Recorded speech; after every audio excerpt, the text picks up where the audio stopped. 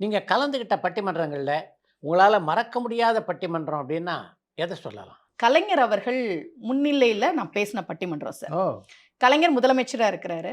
பிப்ரவரி மாசத்துல ஒரு நிகழ்ச்சிக்கு அது எப்படி என்னோட பேர் வந்ததுன்னா சார், அந்த நிகழ்ச்சிக்கு யாரெல்லாம் கூப்பிடலான்னு மீட்டிங் நடந்திருக்கு. அப்போ இப்பவும் அமைச்சர்களா இருக்கக்கூடியவர்கள் அவங்க சொல்லியிருக்கிறாங்க, ஒரு 3, 4 பெண் பேச்சாளர்கள சொல்லி, "ஏன்பா தமிழ்நாட்டுல இவங்கள விட்டா வேற பெண் பேச்சாளர்களே இல்லையா?" அப்படின்னு ஒரு அமைச்சர் சொல்லியிருக்கிறார்.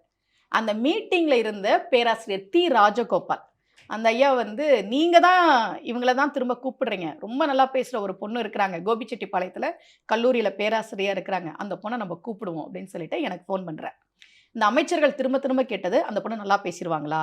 ஏன்னா கலைஞர் முன்னிலையில பேசணும். ம். "நல்லா பேசிருவாங்களா?" அப்படின்னு. "அதெல்லாம் நல்லா பேசிருவாங்க." அப்படின்னு சொல்லிட்டு எனக்கு ஃபோன் பண்றாரு. அப்போ நான் வந்து மருத்துவர், நான் கர்ப்பமா இருக்கேன்னு உறுதி செஞ்சிருக்கிறார். 45 நாளு. ஒரே வாந்தி மயக்கம் நிக்கவே முடியல. இவரு ஃபோன் பண்ணி, "சென்னையில நிகழ்ச்சி வந்துரு" அப்படின்னோனே, "ஐயா போங்கய்யா எனக்கு உடம்பு சரியில்லைங்கய்யா. பயணம்லாம் பண்ண முடியாது." "நீ பேசுறத கலைஞர் முதல் வரிசையில உட்கார்ந்து பார்க்க போறாருன்னு." "ஐயா நான் வந்துர்றேங்கய்யா, வந்துர்றேங்க" அப்படின்னு, "நல்லா தயார் பண்ணிக்கோ." அப்பதான் சொல்றாரு, "எப்படி உன் பேர நான் சொல்லும்போது, எல்லாரும் அந்த பொண்ணு நல்லா பேசிடுவாங்களா, நல்லா பேசிடுவாங்களான்னு கேட்டாங்களோ, அவங்கலாம் நல்லா பேசுனாங்கன்னு சொல்ற அளவுக்கு நீ பேசிறணும்." அப்படின்னு நல்லா தயார் பண்ணிட்டு போனேங்க சார் அந்த பட்டிமன்றம். ஔவை நடராஜன் ஐயா நடுவர். ம். இந்த பக்கம் சத்தியசீலன் ஐயா அணித்தலைவர். இந்த பக்கம் அறிவொளி ஐயா, புலவர் சாரங்கபாணி. எல்லாரும் பல வருடங்கள் மேடையில பேசினவங்க. புலவர் சண்முக வடிவேல். நான் ஒரு பெண் கடைசி பேச்சாளர் நான் தான்.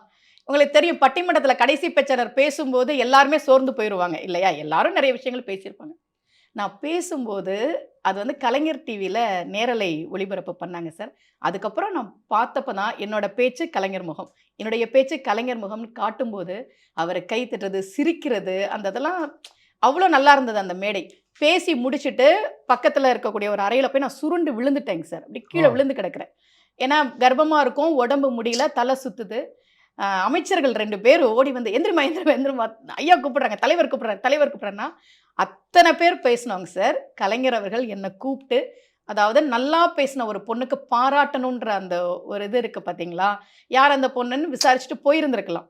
ஆனா, என்ன கூப்ட்டு "நல்லா பேசுன" அப்படின்னு சொன்ன அந்த விஷயம் வந்து எனக்கு அவ்வளோ ஒரு சந்தோஷம் சார். அதுவரைக்கும் அப்படியே தல சுத்தி மயக்கம் இருந்தோன அந்த உற்சாகம் வந்து எனக்கு பல மாதங்களுக்கு இருந்தது.